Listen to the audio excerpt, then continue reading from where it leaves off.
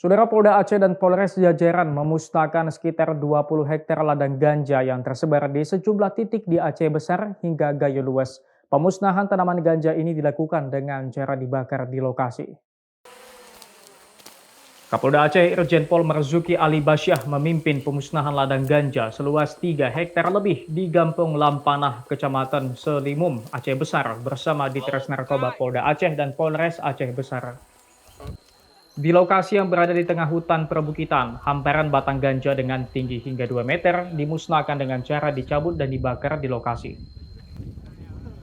Kapolda Irjen Pol Marzuki Ali Basyah bilang dalam operasi pemusnahan ladang ganja ini pihaknya tidak menemukan pemilik lahan atau tersangka. Kurang lebihnya 20 hektar di beberapa titik ya, baik dari Gayo Luas sampai di Lam Teba ini. Khusus di sini berapa? Di sini ada 3 hektar kurang lebih. Dengan jumlah taksiran pohon berapa gitu? Berapa ton? Kalau tonnya mungkin kurang lebih 50 ton ada. Ya. Di 20 hektar? Di 20 hektar. Sementara Pemusnahan ladang ganja yang merupakan bagian operasi anti narkotika Sulawah 2026 ini untuk memutus mata rantai peredaran narkotika.